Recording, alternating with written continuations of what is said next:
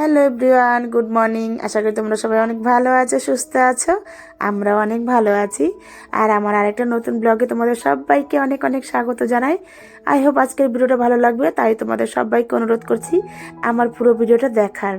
তো এখন বাজে সকাল 10টা, আর আজকে আমি সকাল 10টা থেকে আমার ভিডিওটা শুরু করছি, আর রান্নাঘর থেকে কিন্তু আজকে আমার ভিডিওটা শুরু করছি। তো সকালবেলা প্রত্যেক দিনের মতো আজকে আর তোমাদের কোনো কাজকর্ম দেখাচ্ছি না। আজকে আমি দেখাবো আমার ভিডিওতে যে আমি কি করে আমার স্বাদের রান্নাঘরটা কিভাবে সবসময় পরিষ্কার এবং চকচকে ঝকঝকে কিভাবে রাখি, সেটাই আজকে তোমাদের সঙ্গে শেয়ার করব। আর আজকে সকালবেলায় আমি কিন্তু রান্নাঘর থেকে আমার ভিডিওটা শুরু করেছি। আর সকালবেলায় আজকে কেটে নিচ্ছি উচ্ছে কুমড়ো, ভাজা করব, তাই আজকে কেটে নিচ্ছি উচ্ছে আর কুমড়োটা। এটা কিন্তু খেতে দারুণ লাগে, উচ্ছে কুমড়ো ভাজাটা। আর বললাম না আগের ভিডিওতে যে কুমড়োটা রেখেছিলাম, এত সুন্দর কুমড়োটা, মানে মিষ্টি কুমড়োটা, দারুণ দারুণ, পুরো আলুর মতো একদম শক্ত। অনেক কুমড়ো দেখবে কেমন গলে যায়, কিন্তু আজকের কুমড়োটা কিন্তু সত্যিই দারুণ ছিল। আর নিয়ে এসছে ইলিশ মাছ আজকে। আর সব থেকে সহজ রান্না হচ্ছে ইলিশ মাছ, আর খেতেও কিন্তু দারুণ। তো মাছটা এখন আমি ধুয়ে টুয়ে নিচ্ছি। আর এই ইলিশ মাছ রান্নাটা মনে হয় কোনো একটা ছোট বাচ্চাও পেরে যাবে, মানে এত সহজ, কোনো মশলা নেই, কিচ্ছু নেই, শুধু একটু আলু বেগুন দিয়ে কালো জিরে কাঁচা লঙ্কা ফোড়ন দিয়ে ঝোল করো, তাতেই দেখবে এক থালা ভাত খেয়ে নেবে। তাই তো বন্ধুরা, তোমরা কে কেমন খাও ইলিশ মাছ বলো। তো দেখো মাছটা ধুয়ে নেওয়ার পরে আমি নুন হলুদ মেখে 3 পিসের মতো আজকে রান্না করব, কারণ আমি, সোনামা আর আমার বর খাবে, আমরা 3জন খাবো, ছেলে তো খায় না, তাই মাছ রেখে দিচ্ছি। এত মাছ রান্না করলে ফালতু কেউ খাবেও না, রাতেও কেউ খায় না আমরা, তার জন্য রেখে দিচ্ছি, সামনের দিন আবার করা যাবে মাছ। তাই নুন হলুদ মেখে এই বক্সে ভরে আমি রেখে দেবো। আর এটা কিন্তু একটা বাসন মাজার সাবানের বক্স। আমি কিন্তু কোনো কিছুই নষ্ট করি না, মানে সবই কিন্তু কাজে লাগাই। মানে এটা ফেলে দিলে তো ফেলেই দিতাম। আর দেখো এই কন্টেনারটা রেখে দিয়েছি, এতে কিন্তু মাঝে মাঝে মাছ টাছ মাংস অনেক কিছুই রেখে দেওয়া যায় ফ্রিজে। আর প্লাস্টিকের এগুলোর মধ্যে রাখতে সুবিধাও হয় অনেক, তার জন্য আমি কিন্তু রেখে দিই। কোনো কিছুই নষ্ট করা উচিত নয়, সব কিছুই কাজে লাগানোর জন্য বুদ্ধি থাকে, ঠিক কাজে লাগানো যায়। তো ইলিশ মাছটা কিন্তু সর্ষে দিয়ে খেলেও ভালো লাগে, আবার আলু বেগুন দিয়ে ঝোল করলেও দারুণ লাগে, আবার পেঁপে দিয়ে, মানে তুমি যে সবজি দিয়ে ইলিশ মাছ রান্না করো সবইটাই কিন্তু ভালো লাগে। তো আমি আজকে করব আলু আর বেগুন দিয়ে ইলিশ মাছের ঝোল, একদম পাতলা করে কালো জিরে কাঁচা লঙ্কা ফোড়ন দিয়ে করব। আর 4 পিস মাছ রেখে দিলাম, সামনের দিন করা যাবে, ওটা ফ্রিজে রেখে দিলাম। আর এদিকে কড়াইতে তেল দিয়ে তেলটা ভালো করে গরম করে এখন দিয়ে দিলাম ইলিশ মাছ, 3 পিস ভাজা করব। আর মাছের মাথাটাও আজকে রান্না করে ফেললাম। আর ইলিশ মাছ তো অতটা ভাজতেও হয় না, হালকা একটু এপিট ওপিট করলে হয়ে যায় তেলে। আর কাঁচা রানলে তো আরোই বেশি টেস্ট হয়। যদি সর্ষে দিয়ে করতাম মাছটা, তাহলে অবশ্যই কাঁচাই রান্না করতাম, কিন্তু যেহেতু বেগুন দিয়ে করব, তাই তাই একটুখানি হালকা এপিটোপিট করে নেব মাছটা, তাহলে খেতেও ভালো লাগবে। আর ইলিশ মাছ রান্না করতে কিন্তু অতটা তেলও লাগে না, মাছ ভাজলেই দেখবে অনেকটা তেল বেরিয়ে যায়, ওটা দিয়ে কিন্তু আমার মাছের ঝোলটা হয়ে যাবে। তো আমি বললাম না মাছ ভাজার তেলেই আমার মাছের ঝোলটা হয়ে যাবে, তাই মাছ ভাজার তেলেই আমি একটুখানি কালো জিরে কাঁচা লঙ্কা ফোড়ন দিয়ে আলু আর বেগুনটাও দিয়ে দেব, দিয়ে একটু নুন হলুদ দিয়ে আলু বেগুনটা ভাজা ভাজা করে অল্প একটু হালকা জিরের গুঁড়ো দিয়ে একদম পাতলা ঝোল করব। মানে বললাম না একটা ছোট বাচ্চাও ইলিশ মাছ রান্না করতে পারবে, এতটাই সহজ আর এত কম সময়ে রান্না করা যায়, সত্যি খেতেও দারুণ লাগে।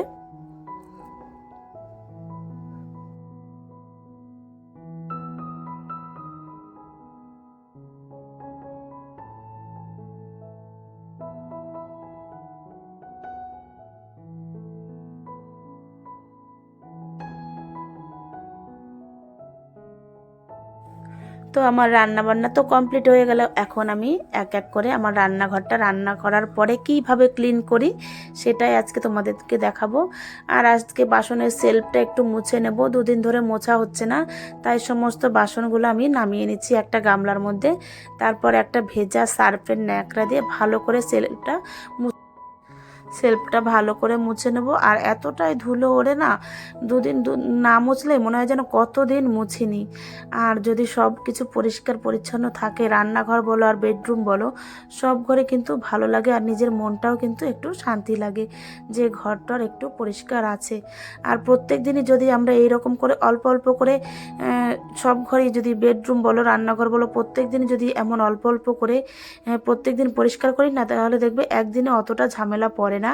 যে একদিনে, সপ্তাহে একদিন করে ঝাড়লে যে একটা সময় লাগে বা একটা পরিশ্রম, সেটা কিন্তু হবে না। যদি তুমি প্রত্যেক দিনই রান্নার পরে একটু একটু করে এমন করে পরিষ্কার করে নাও রান্নাঘরটা, তাহলে কিন্তু অনেকটাই পরিশ্রম কম আর সময়ও অনেকটা কম লাগবে। মানে রান্নার ফাঁকে ফাঁকে করে নিতে হয়। যেদিন দেখবে রান্না একটু তাড়াতাড়ি হয়ে গেল, একটু এই কাজগুলো করে নিলাম। তো দেখো সেলফটা ভালো করে মুছে টুছে পরিষ্কার করে তারপর আমি বাসনগুলো আবার সুন্দর করে আগের মতো গুছিয়ে রাখবো।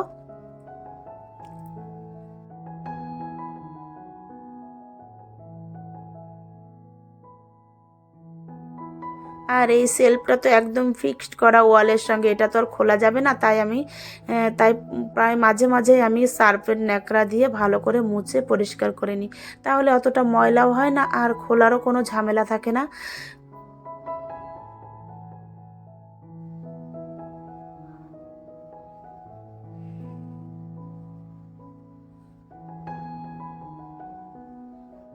তো সেলফটা দেখো গোছানোর পর আর মুছে নেওয়ার পর কতটা চেঞ্জ হয়ে গেল, দেখতেও কত সুন্দর লাগছে।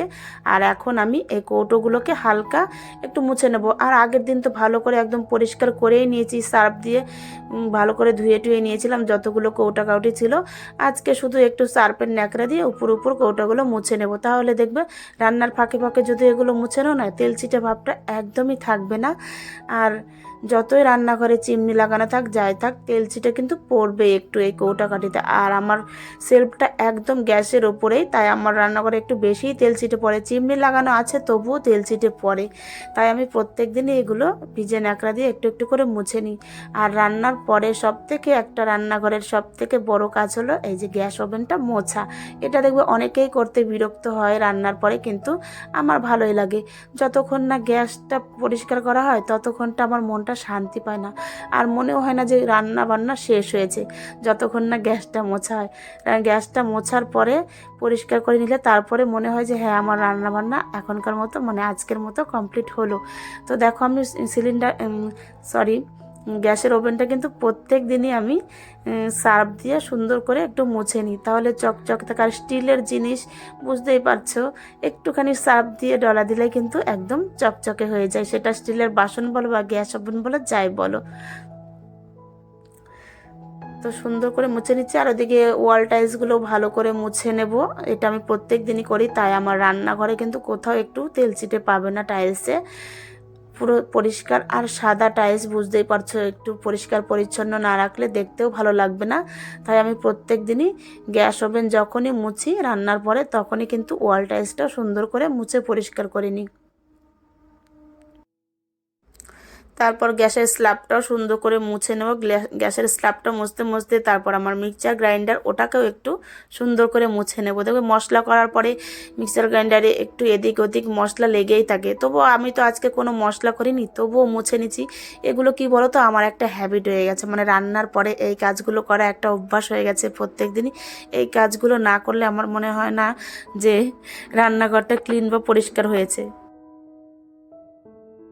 আর আমার এই গ্যাসের ওভেনটা কিন্তু অনেক বছর পুরনো, মানে আমার শাশুড়ি মা যখন সংসার নতুন পেতেছে তখন, তাহলে বুঝতেই পারছো হয়তো 40, 42 বা 43 বছর বয়স হয়ে যাবে আমার এই গ্যাসের ওভেনটা।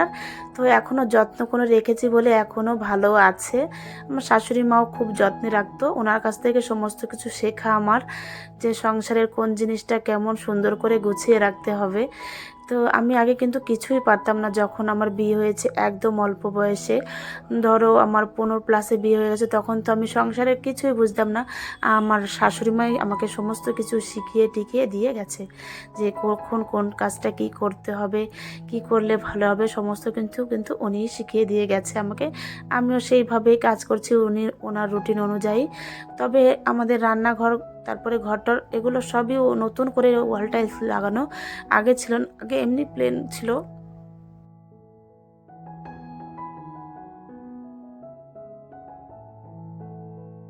তো রান্নাঘরের গ্যাস ট্যাস মোছা সমস্ত কিছু তো হয়েই গেল।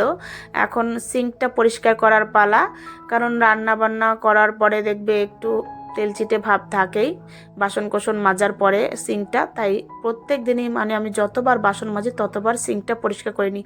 আর এই সিঙ্কটা আমি একটু বেশি পরিষ্কার করতে গিয়ে একদিন হারপিক মাখিয়ে রেখেছিলাম, তাই আমার সিঙ্কটা দেখো কেমন দাগ হয়ে গেছে, মানে ভালো করতে গিয়ে উল্টো আরও খারাপ হয়ে গেল আমার সিঙ্কের অবস্থা।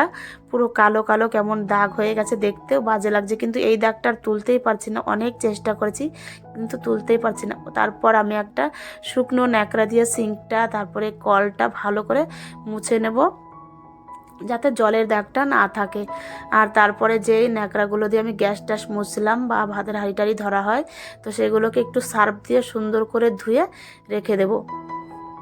তাহলে দেখবে এই রান্নাঘরের যত ন্যাকড়া টাকড়া যে ধরার থাকে সেগুলো কিন্তু একদম পরিষ্কার থাকে, কোনো তেলচিটে ভাব পাবেই না। যদি ডেইলি তুমি এইভাবে রান্নার পরে ধুয়ে দাও সার্ফ দিয়ে, একদম সুন্দর আর পরিষ্কার চকচকে থাকবে, দেখতেও ভালো লাগবে আর মনটাও কিন্তু অনেকটা শান্তি লাগবে। কেউ এসে দেখলেও বলবে যে রান্নাঘরটা একটু গোছগাছ করা আছে।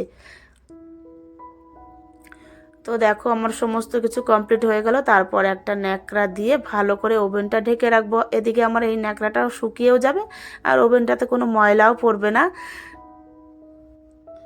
তারপর গ্যাস ট্যাস মোছার পরে আমার একটাই কাজ, রান্নাঘরটা সুন্দর করে মুছে নেওয়া, কারণ গ্যাস ট্যাস সমস্ত কিছু যখন পরিষ্কার হয়ে গেছে রান্নাঘরের ফ্লোরটাও তো একটু সুন্দর করে মুছে নিতে হবে, তাই তো বন্ধুরা বলো।